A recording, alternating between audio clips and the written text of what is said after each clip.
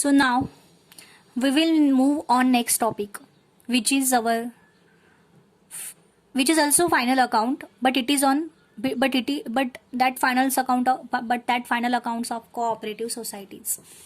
So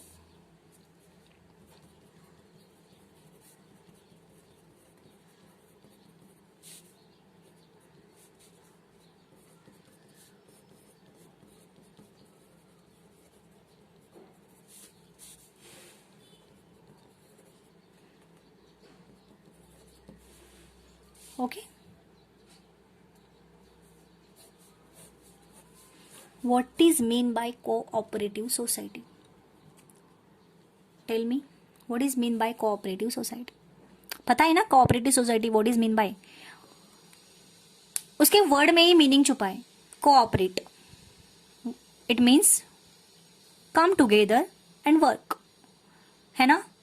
सो cooperate हम बोलते हैं ना, इसको कोऑपरेट करो. So it mean, so that is the mean only. Okay, so cooperative society means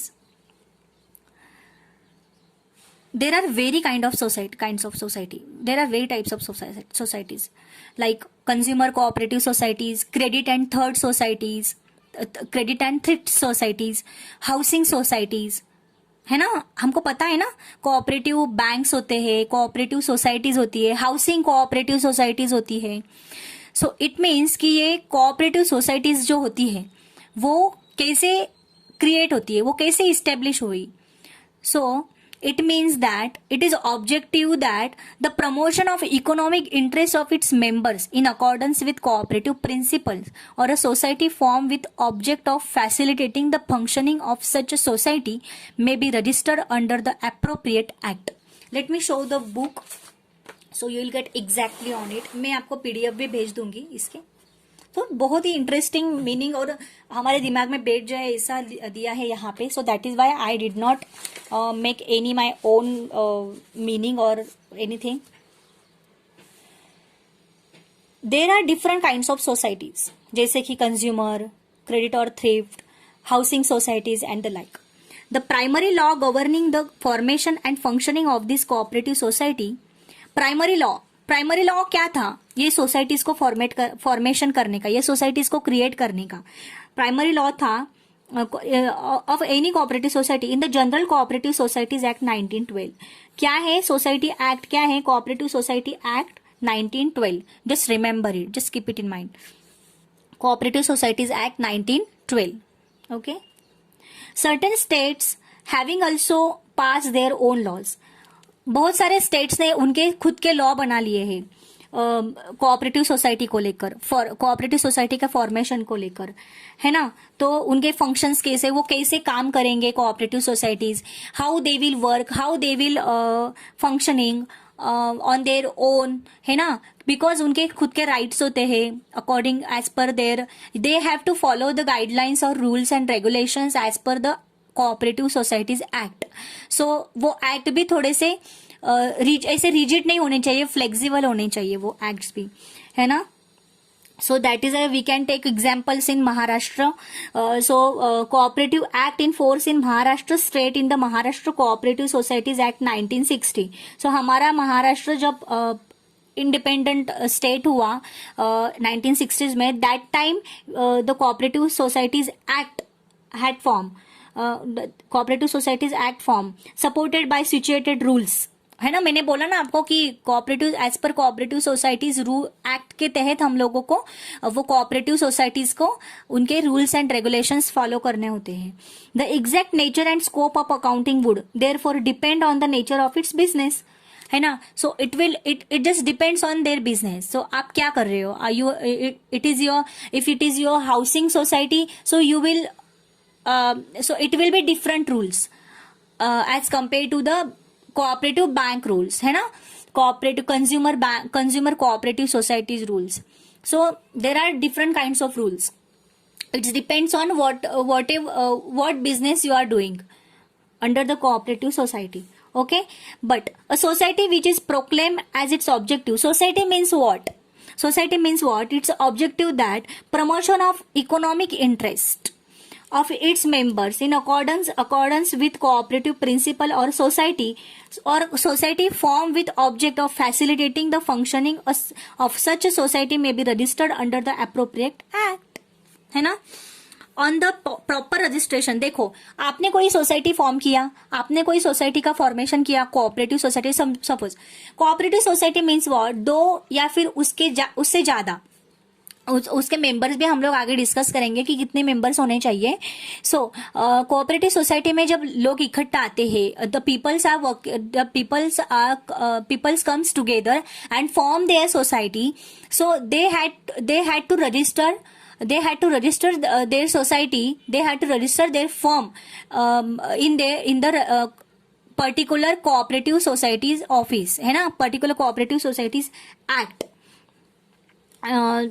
under the appropriate act, on the registered and perpetual succession and common seal, and also with power to hold property, enter into contracts and so on. They had to make contract. Okay, so they had to register under any appropriate act, whatever they are eligible. Okay. So in case of Maharashtra State, Maharashtra State Cooperative Societies Act 1960. So according, if you are make planning to formation your society, so you have to make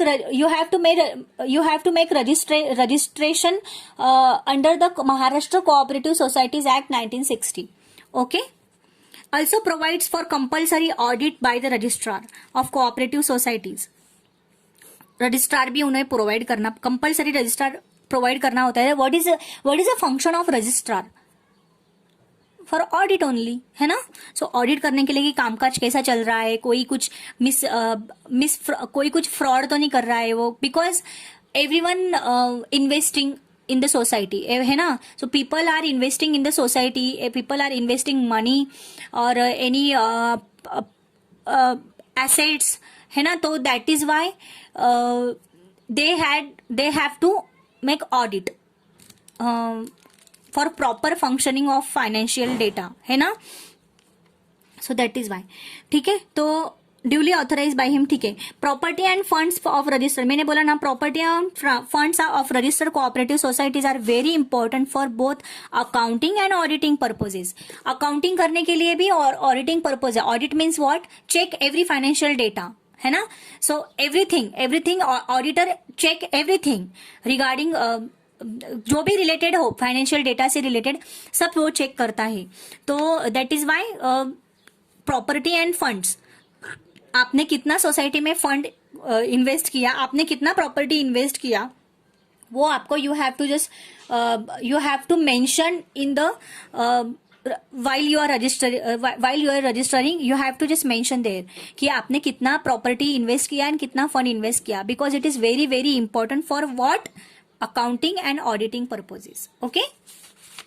so cooperative society का हम लोग meaning देखेंगे यहाँ पे. सो dictionary में meaning दिया हुआ है कि cooperation, it means working together for a common, एक कॉमन पर्पज.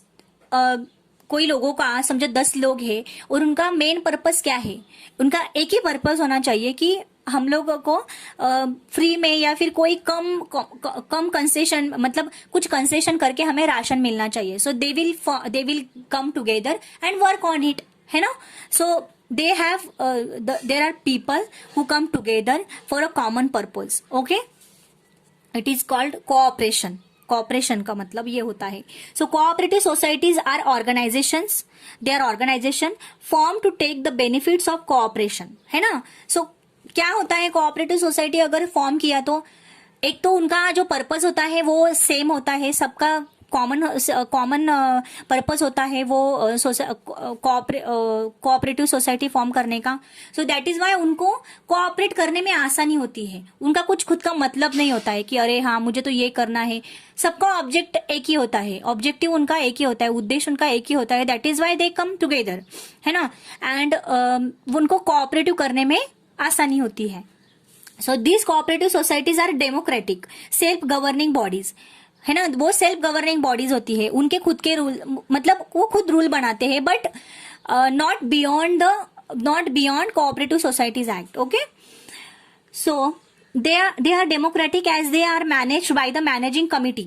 मैनेजिंग कमिटी के तहत वो लोग मैनेज करते हैं, which is form by applying the principle of one man one vote. वो क्या करते हैं, वन मैन वन वोट के तहत वो मैनेजिंग कमिटी बनाते हैं, मैनेजिंग कमिटी क्रिएट करते हैं। एंड वो वोटिंग सिस्टम कैसी होती है, one man one vote, not on the basis of share holding, है ना, शेयर होल्डिंग के तहत नहीं, शेयर होल्डिंग के बेसिस पे नहीं, तो वन मैन वन वोट के बेसिस पे। There are govern by the members themselves. कौन गवर्न करता है ये सब, managing committee and all, members only. जो भी कोऑपरेटिव सोसाइटीज के जो भी मेंबर्स है वो मेंबर्स डिसाइड करते हैं। Due to this lack of professional management, उनके पास कोई प्रोफेशनल मैनेजमेंट नहीं होता है। They are governing on their own only, है ना। सो वो सिर्फ उनके ही बेसिस पे वो लोग गवर्न करते हैं, कमेटी बिठाते हैं, कुछ वीकली मीटिंग्स होती है उनकी, कुछ रूल्स होते हैं, वो रूल्स भी वो लोग बनाते हैं खुद से। तो कुछ अच्छे काम, मतलब कुछ डिसिप्लिन के लिए। Okay, so they have lack of professional management. Cooperative societies are form to provide goods और service to its members at the lowest possible prices. मैंने बोला ना आपको कि आपको लोएस्ट पॉसिबल प्राइजेस के लिए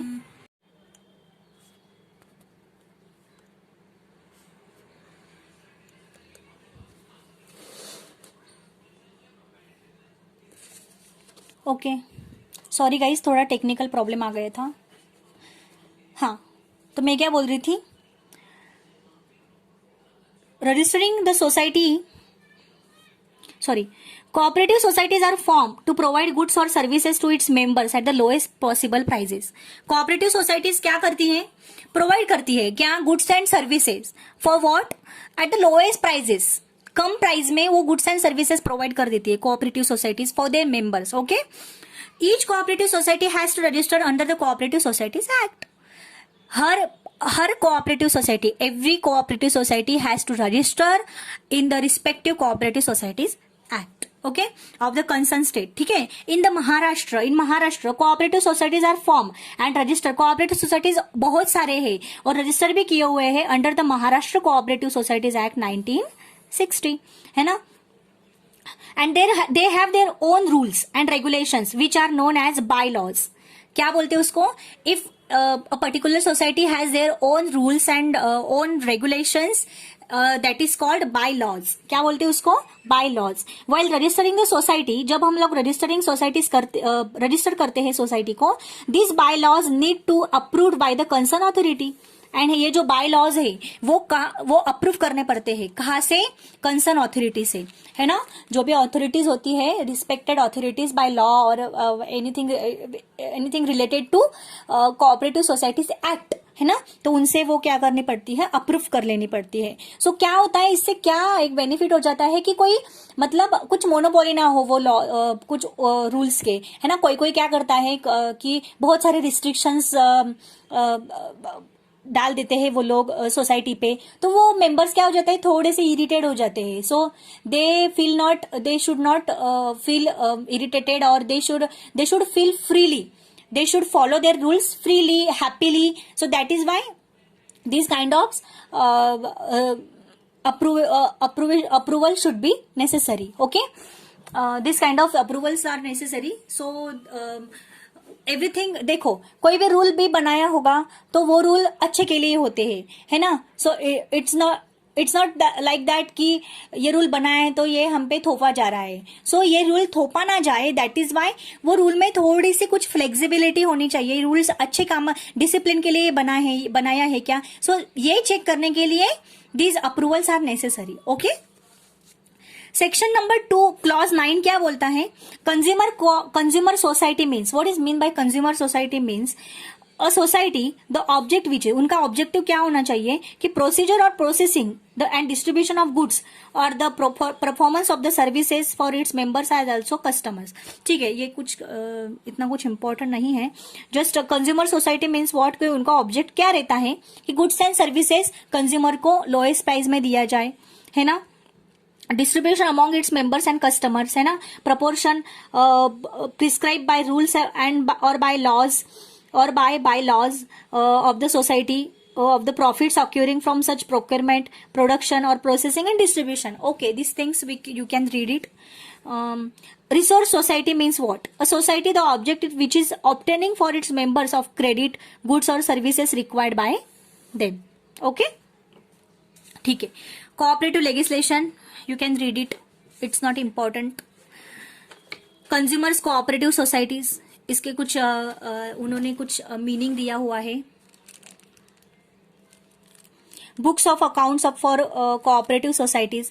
बुक्स ऑफ अकाउंट्स कौन से होते हैं? देखो, cash book, cash sales subsidiary books, cash credit sales register, purchase book, purchase register, stock register, bin cards, है ना, register of excess of and shortage, general ledger, debtors ledger, creditors ledger, general proper, register of tenders, list of approve suppliers, register of market rates, है ना. सो ये सब क्या होता है? Books of accounts होते हैं. Okay. Cooperative credit societies. So what is mean bye cooperative credit societies? Just read it fast. The primary object in the formation of cooperative credit societies are inculcation of the habit of thrift among the members, promotion of savings, mutual help which will lead to the improvement of the economic condition of the members. कभी कभी क्या होता है ना, कोई societies savings बढ़ाते हैं, savings को इनकरेज करते हैं. सो that is also credit societies, है ना. So it means it is improvement of their financial condition of the members. And the cooperative societies, credit cooperative societies are basically of two types: agriculture credit societies and non-agriculture or urban, है ना, credit societies. Okay, known as primary cooperative societies. इनको primary cooperative societies भी पूछा जाता है. तो कभी कभी आपको ये शॉर्ट नोट में भी आएगा, वन सेंटेंस का भी एक क्वेश्चन आएगा कि प्राइमरी कोऑपरेटिव सोसाइटीज किसे कहते हैं. So we should know about it, है ना. So primary cooperative societies are known credit cooperative societies. Okay, books of accounts for credit cooperative societies are books of accounts, वो हम लोग आगे देखेंगे. So it is according to section 79 of the cooperative Maharashtra Cooperative Societies Act 1960. The registrar may direct the cooperative societies to maintain proper accounts. Okay, so we will just go through it. So we should prepare in this final account of cooperative societies. जैसे हमने bank final account में क्या क्या prepare किया? Profit and loss account and balance sheet. Okay ना. So we schedule तो हमें बनाने ही है ना.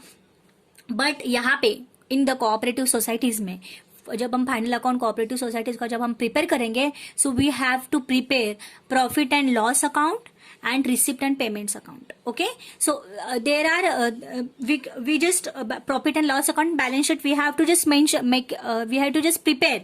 But यहाँ पे हमें receipt and payment account दिया होगा. So receipt and payment account का हेल्प लेके हम लोग यहाँ पे profit and loss and balance sheet बनाएंगे.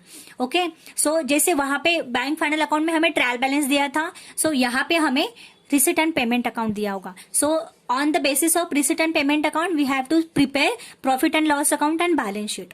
Okay, so here is also we need to focus, we need to understand the everything. Okay, so मैं आपको धीरे धीरे स्टेप बाय स्टेप आपको अंडरस्टैंड कर थोड़ा सा समझाते जाऊंगी.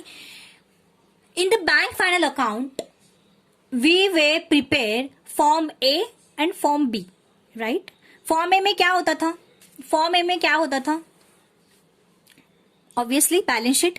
एंड फॉर्म बी में क्या होता था? Profit and loss account.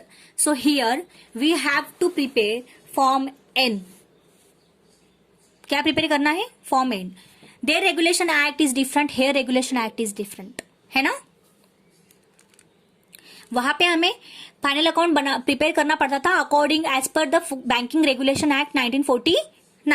But here we have to prepare this final account as per the regulation, as per the Cooperative Society Act 1912 और 1960. अगर महाराष्ट्र में हम लोग प्रिपेयर कर रहे हैं तो we have to prepare as per the regulation act, as per the Cooperative Society Act 1960.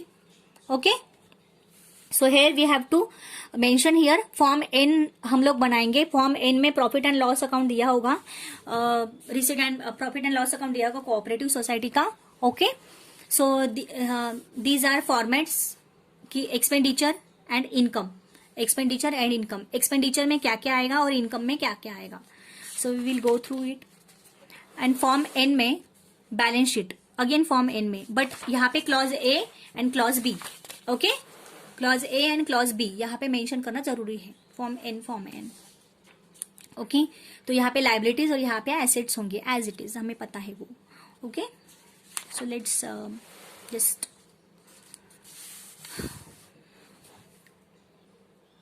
See it. Interest expenditure side में देख रहे हैं हम लोग. हाँ, इंटरेस्ट यानी एक्सपेंडिचर में इंटरेस्ट पेड किया हुआ ही आएगा, सारे एक्सपेंसेस आएंगे. इंटरेस्ट पेड किए हुए और पेएबल और पे करने के बाकी है दोनों यहाँ पे. ओके, यहाँ पे भी करंट ईयर प्रीवियस ईयर दिया है, यहाँ पे भी करंट ईयर प्रीवियस ईयर दिया हुआ है. ओके, आगे देखो यहाँ पे प्रीवियस ईयर दिया है डेबिट, फिर आगे यहाँ पे फिर current year income current year. Okay, ठीक है, चलो आगे देखेंगे हम लोग. जैसे जैसे हम लोग प्रॉब्लम सॉल्व करते जाएंगे. यहाँ पे कुछ इतना देखने की जरूरत नहीं है, सिर्फ आइटम पे फोकस करो कि कौन से आइटम कहाँ पे आएंगे, है ना. कॉलम्स तो हम लोग बाद में देख लेंगे. Bank charges, again it is also expenditure. Salaries and allowances of staff, contribution to staff provident fund. Obviously हम लोग कंट्रीब्यूशन देते हैं ना पीएफ में एम्प्लॉइज का. एम्प्लॉइज के प्रोविडेंट फंड में हम लोग कंपनी का भी या फिर कोऑपरेटिव सोसाइटी कोई भी फर्म हो उसका कंट्रीब्यूशन होता है. Salary and allowances of managing director, attendance fees and travelling expenses of directors and committee members, उनका expenses. Travelling expenses of staff expenses. Rent rates and taxes, postage telegram and telephone charges, audit fees, general expenses, उसमें contingency भी आएगा. Bad debts return of और provision made for bad debts, ये भी आएगा. Depreciation on fixed assets. Land income and expenditure, इसका expenditure आएगा. Other items में देखेंगे हम लोग क्या आएगा वो. एक्सपेंसेस तो हमें पता ही है, we are preparing since 11th standard, है ना. So that is why we know what is expenses and what is income. Net profit carried to balance sheet. Okay, this जो भी नेट प्रॉफिट आएगा वो बैलेंस शीट में carried हो जाएगा. ये था हमारे एक्सपेंडिचर. अभी हम लोग देखेंगे income. Interest received on loans and advances. Loans and advances पे हमें इंटरेस्ट मिला, इट विल कम हियर. हमने लोन दिया था, हमें इंटरेस्ट मिलेगा. हमने एडवांसेस दिया था, हमें इंटरेस्ट मिलेगा. ओके, सो इस पे ये इंटरेस्ट मिला. ऑन इन्वेस्टमेंट पे अलग आएगा. इन्वेस्टमेंट पे भी हमें इंटरेस्ट मिलता है ना, तो वो भी अलग आएगा. Okay, dividend received on shares, shares पे हमें डिविडेंड मिले, कमीशन मिला हमें. Miscellaneous means other income. Shares transfer fees हमें मिली, रेंट मिला, रिबेट इन इंटरेस्ट पे हमें रिबेट मिला. सेल्स ऑफ फॉर्म्स मिले हमें, फॉर्म्स हमने सेल्स किए उसके पैसे मिले. अदर आइटम्स में अदर इनकम में जो भी है वी नो दैट. जैसे जैसे प्रॉब्लम्स आएंगे हम लोग सॉल्व करते जाएंगे. Land income and expenditure. Okay, so income बड़ी होनी चाहिए, we know all that. Income amount should be big and expenditure amount should be small. So we have to minus expenditure from our income amount and we will get the net profit. Okay, so balance sheet में तो आपको ये सब कुछ पता ही है. तो क्या क्या आएगा, share capital, reserve fund and other funds, इसमें सारे ये सब फंड आएंगे. आप एक बार रीड कर लेना. Okay, staff provident fund, secured loans, unsecured loans, कौन से सिक्योर्ड, कौन से अनसिक्योर्ड, एज इट इज. जब भी आइटम है जस्ट प्रिपेयर इट. डिपॉजिट में क्या क्या डिपॉजिट आएंगी. एसेट्स में देखो कैश एंड बैंक बैलेंस, उसमें ये आइटम्स आएंगे. इन्वेस्टमेंट कौन से होंगी, ये सब investment of staff provident fund, तो ये सब आइटम्स आएंगे. लोन्स एंड एडवांसेस होगा. ओके, सन्ड्री डेटर्स होंगे, करंट एसेट होंगे. ओके, यहाँ पे भी है liabilities, current liabilities and provisions, fix assets, unpaid dividends, जो भी अनपेड डिविडेंड्स होंगे. यहाँ पे देखो जगह छोड़ी उन्होंने, तो बहुत सारे हमें देखने पड़ेंगे, जैसे जैसे प्रॉब्लम आएगा we will solve it, we will know, we will identify which is unpaid dividend and which is not. Fixed assets है यहाँ पे, मिसलेनियस एक्सपेंडिचर एंड लॉसेस यहाँ पे आएगा एक्सपेंसेस का। अदर आइटम्स होंगे, अदर आइटम्स में prepaid expenses, interest accrued but not receive but not due, other items में जो भी होगा वो हम लोग देख लेंगे। Profit and loss account, current losses है ना, interest accrued but not paid, यहाँ पे लाइबिलिटी का आइटम है ये। अदर लाइबिलिटीज जो भी होंगी वो profit and loss, profit for the last year less appropriation less कर देंगे, profit for the current year कर लेंगे, contingent liability. We will know it, बहुत बहुत ईजी है, बहुत ईजी टॉपिक है, हम लोग सॉल्व कर लेंगे इसको। अभी हम लोग नेक्स्ट टाइम थोड़ा सा क्या क्या कुछ अलग अलग कुछ कंसेप्ट है वो लोग देख लेंगे, अगर होगी तो फिर बाद, नहीं तो फिर हम लोग सीधा प्रॉब्लम पे जंप करेंगे। Okay, thank you so much. Just revise it and study करते रहना, हमारे प्रीवियस टॉपिक का बैंक फाइनल अकाउंट का स्टडी करते रहो। ओके, आप भी थोड़े से क्वेश्चन पेपर निकालो इंटरनेट से और उसको सॉल्व करने की कोशिश करो, ताकि मैं जब सॉल्व करूंगी तो आपको कुछ नया ना लगे। ओके, तो हम लोग नेक्स्ट लेक्चर में देखेंगे, इस कोऑपरेटिव सोसाइटी को हम लोग कंटिन्यू करेंगे। Okay, thank you so much, goodbye, keep learning, take care, thank you so much, bye bye.